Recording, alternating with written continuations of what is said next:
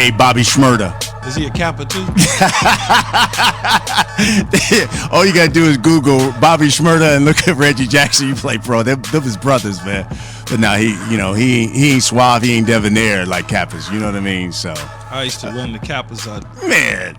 Come on, man. You better stop. What? You know what it was. You won the pledge at UNC. And they're like, man, go and play football here. Get off this. Pop the Kappas right upside the head. Man, get from over here with all that canes and moving around, man. And take their girls from them all day long. Boy. All day long, man. I know you lying now. Okay. I know you lying. Okay. So I knew once you came up in here with your hair cut, I was like, oh, he feeling himself now. You know how brothers get when they get them a fresh fade.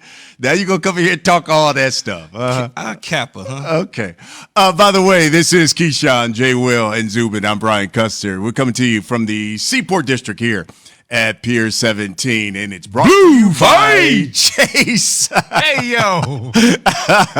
And joining us, of course, on the line now is our ESPN college basketball analyst, Seth Greenberg. How you doing, Seth? I got my fade also, Key. What do you think? I think my fade. I got a reverse fade. Yeah, I like it. You look real good, though. You look great, Seth. We got to talk some hoop, man. And how about the performance Paul George and the Clippers put on Phoenix last night, facing elimination. And, you know, the one thing Key and I have talked a lot about this morning is adjustments and how Ty Lue, 10-2, when it comes to elimination games, he is like the master. What do you think? What allowed the Clippers to be so successful last night? I thought Ty Lue did another terrific job. He's been good, quite honestly, all through the playoffs. But, had to go to the small lineup, had no choice. Go to the small lineup, go to the zone.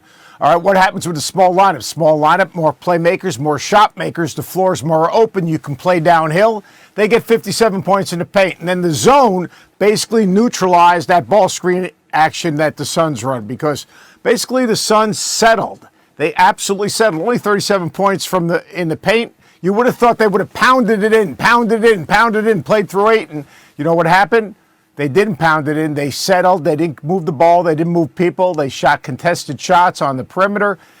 Long shots, long rebounds. All of a sudden, now the Clippers are out in transition. And that was the difference in the game. I thought the other thing is, and no one's talking about DeMarcus Cousins, I thought he was phenomenal. When Ayton went out, they brought Cousins in. And when Cousins came in, they played through him on the block.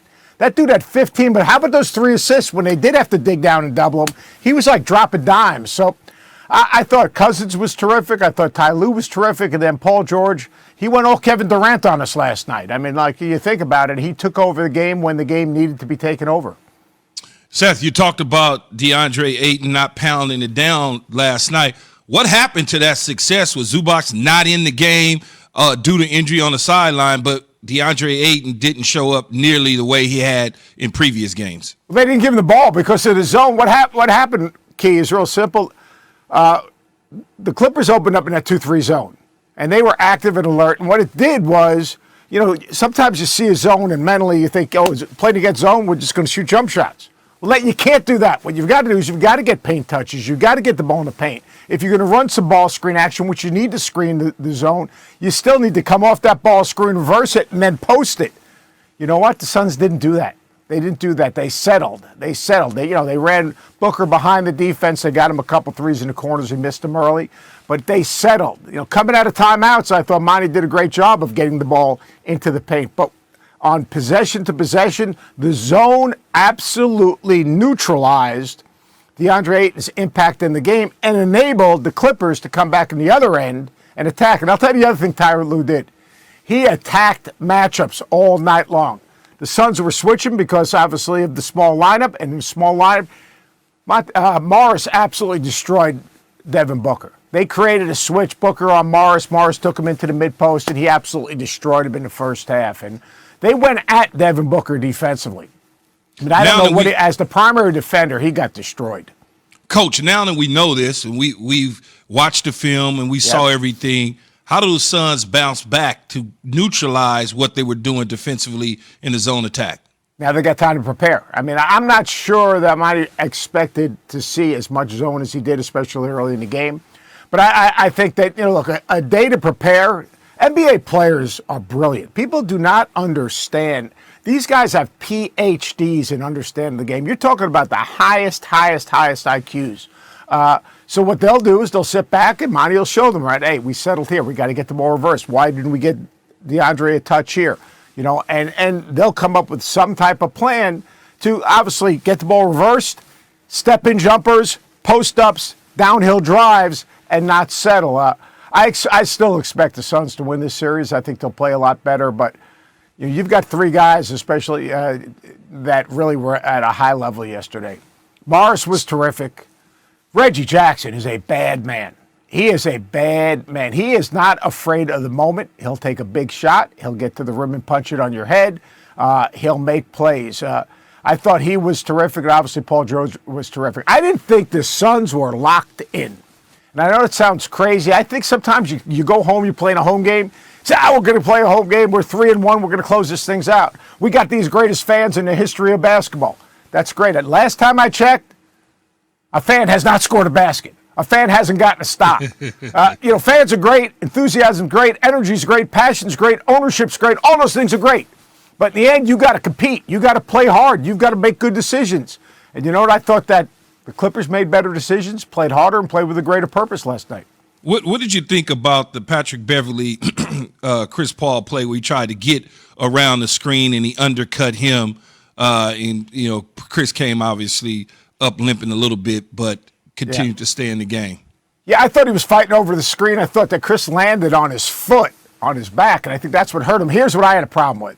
Like, you don't know how severe that injury could have been. If I'm Beverly, I'm not dancing around after that like he flopped, because he didn't flop. He just got his leg taken out, because we call that whipping the top leg on the ball screen. You try to fight over the top of the ball screen, so you really get your top leg over the screen really hard and fast, and they got caught up. I have no problem with that. I didn't think it was a flagrant, but I think he got the flagrant call for his act after the foul. After the foul, I thought that was I thought that behavior, when you don't know Chris Paul, who's one of the great ambassadors of our game, who's one of the great players in the NBA, who basically is a role model for every guy that's ever played in the league. Think about how many years he's played in the league and what he's done and how he carries himself and the success that he's had. You don't do that, man. And I love Beverly, because I love, those guys out of Long Beach. I love those hard-nosed, competitive, fierce, tough guys. But Beverly, look, I'd want him on my team. I'd hate to play against him, but I thought he got the flagrant for his behavior after, as much as, getting over the top of that screen. Seth Greenberg, our ESPN college basketball analyst, joins us via the Goodyear hotline. Let's talk a little bit about Paul George. I mean, give him his flowers. 41 points, 13 boards. 5 assists. I mean, that was a virtuoso performance by him. Tell me what you thought about playoff P, and who do you think is the most important player in this series going forward? Well, look, playoff P was, I thought a couple things. One, I thought he settled into the game. And I was listening to Jeff and Mark, and those guys are so good. But, they talk about he needs to be more aggressive. He needs to be more aggressive. I think they were going to attack those matchups. And in the first half, that's what he did. But in the second half, he went all Kevin Durant. I mean, that's what he did. He went all Kevin Durant. I mean, look at his line. That's a Kevin Durant line right there.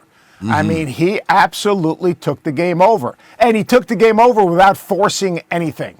He took the game over by letting the game come to him and taking what the defense gave him.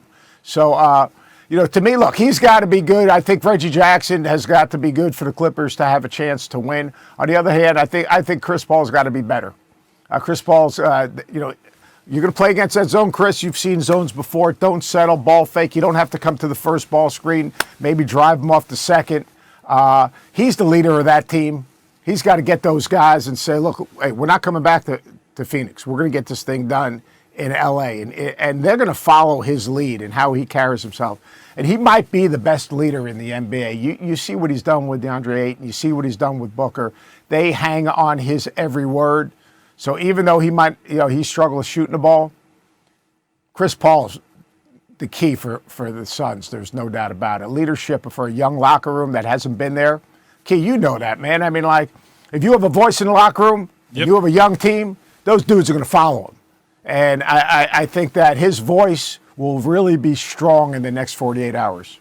All right, Seth Greenberg, our college basketball analyst. Seth, I know we're going to talk to you at the bottom of the hour, so I look forward to it. Talk about that Thanks, Eastern man. Conference Appreciate final. it. Stick around, man. Absolutely. KJZ, it is presented by Progressive Insurance. You know, listen, LeBron James is not the only one who thinks that Tom Brady can't be the GOAT of all GOATs. We're going to explain that. It's KJZ on ESPN Radio, ESPN News. Keyshawn, J. Will, and Zubin. Michael is in Queens. Michael, what's up, man? And as far as Key goes and the diva, Key, you're so diva, is more like